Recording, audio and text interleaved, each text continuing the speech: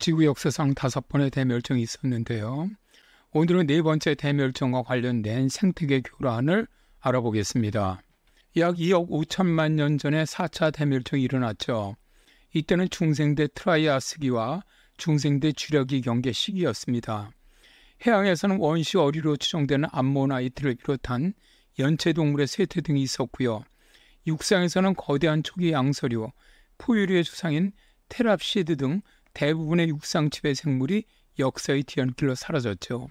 이 멸종 사건에 의해서 공룡의 경쟁자로서 육상을 지배하던 파충류도 사라지게 됩니다.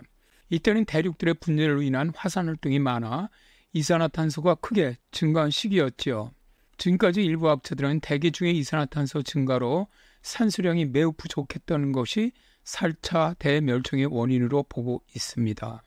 그런데 최근 새로운 연구에 따르면 화산 활동으로 인한 수온 오염은 트라이아스기 말기 대량 멸종 이후 100만 년 이상 장기간의 생태 교란과 식물 스트레스를 유발했다고 하는데요.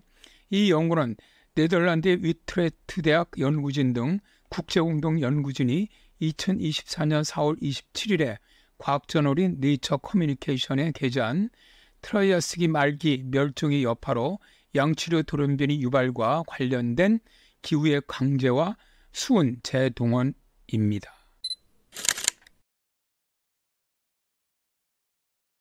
(2억 100만 년) 전 대규모 현무암 화산 활동과 트라이아스기 말기 대멸종 사이의 연관성은 극심한 기후변화, 오존층 파괴, 독성 물질 배출이 주요 원인이었음을 시사를 하는데요. 이 중에 수온은 휘발성과 화산 자원에서 전 세계로 퍼질 수 있는 능력으로 인해서 특히 식물에 영향을 주었는데요. 연구팀은 지구온난화와 수온 오염이 화산 활동이 멈춘 후에도 오랫동안 식물에 지속적으로 스트레스를 주었다는 강력한 증거를 제시하고 있지요. 네덜란드, 중국, 덴마크, 영국, 체코 출신의 과학자들로 구성된 국제연구팀은 트라이아스기 상층부에서 쥐라기 하기까지 이어지는 독일 북부의 퇴적물을 분석을 했는데요. 그들은 상당한 수의 기형 양치류 포자를 발견했죠. 이것은 2억 100만 년 전으로 거슬러 올라가는 양치류의 심각한 스트레스를 나타내는데요. 이러한 발견은 수온 오염과 관련된 장기간의 환경 스트레스가 대량 멸종 사건 이후에 중요한 요인이었음을 알려줍니다. 이 연구의 수석 저자인 위트레트 대학의 렘코 보스는 2억 100만 년 전으로 거슬러 올라가는 해안 석고의 퇴적물 샘플에서 엄청난 양과 다양한 유형의 기형 양치류 포자를 보는 것은 정말 놀라운 일이다. 스트레스를 많이 받는 양치류가 많았을 것이라는 뜻이다. 라고 말하고 있죠. 국제연구팀의 연구는 열 스트레스와 몬순 강우 증가와 같은 극심한 환경 변화에 대응하여 광대한 지역에서 양치류가 나무를 대체했음을 보여주는데요. 광범위한 산림 벌채에도 불구하고 양치류는 번성하고 적응하면서 수온에 대한 독특한 내성을 보여주었죠. 그러나 양치류는 멸종 사건 이후 최대 200만 년 동안 수온 오염으로 인한 반복적인 스트레스를 받아서 포자 발달에 영향을 받았습니다.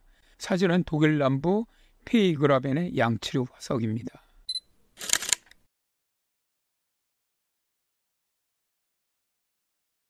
연구팀은 지구 궤도의 주요 변화인 긴 20일 주기에 해당하는 높은 수온 농도의 4개의 추가 에피소드를 발견했는데요.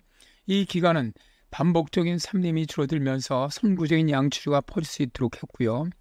양치류 포자 기형이 발생하는 것은 환경 요인으로 인한 지속적인 수온 중독을 나타냅니다. 이러한 발견은 초기 화산 사건 이후 100만 년 이상 지속된 복잡하고 연장된 생태계 교란 기간을 보여주고 있지요. 그림에서 우측 사진은 양치류 화석인데요. 쥐라기 초기에 독일 남부 채석장에서 나온 것이고요. 중간에 있는 그림은 비정상적인 양치류 포자의 모습을 보여줍니다. 그리고 좌측 그림은 화산에서 분출된 마그마가 쇠리라든가 석탄층 및 유기물이 풍부한 퇴적물에 침입을 해서 막대한 양의 이산화탄소와 수온을 포함한 기타 오염물질을 방출하는 모습입니다.